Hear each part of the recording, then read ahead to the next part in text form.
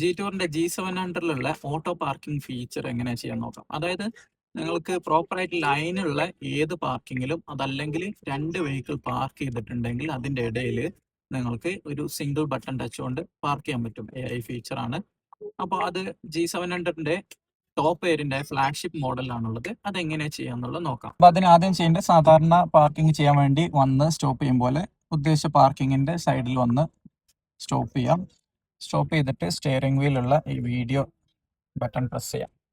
അപ്പോൾ സ്ക്രീനിൽ 360 വ്യൂ വരും. അതിൽ ടോപ്പിലുള്ള AP എന്നുള്ള ബട്ടൺ പ്രസ് ചെയ്യാം. അപ്പോൾ അതിൽ ഒരു സ്ലോട്ട് സെലക്ട് ആവും. അപ്പോൾ ഒന്നെങ്കിൽ ആ സ്ലോട്ട് അല്ലെങ്കിൽ വേറെ സ്ലോട്ട് വേണമെങ്കിൽ നിങ്ങൾക്ക് സെലക്ട് ചെയ്യാം.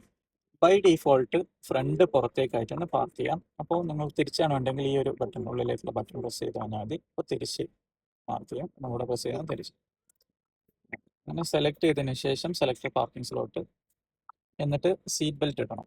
സീറ്റ് ബെൽറ്റ് ഇട്ടു. ഇപ്പോൾ ഇവിടെ സ്റ്റാർട്ട് പാർക്കിംഗ് ആണ്. APA activated. Yielding to pedestrians. Parking suspended. Click continue to resume parking. Start parking. APA activated. Be aware of your surroundings.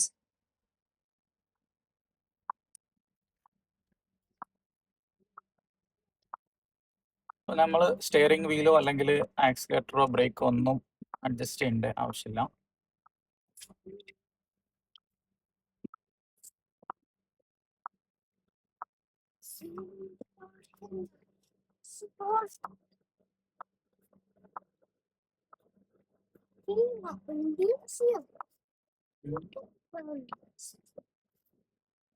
Front correct ആക്കുന്നുണ്ട്.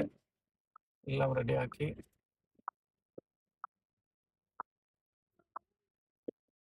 Okay, Parking completed. അപ്പോൾ parking complete ആയി.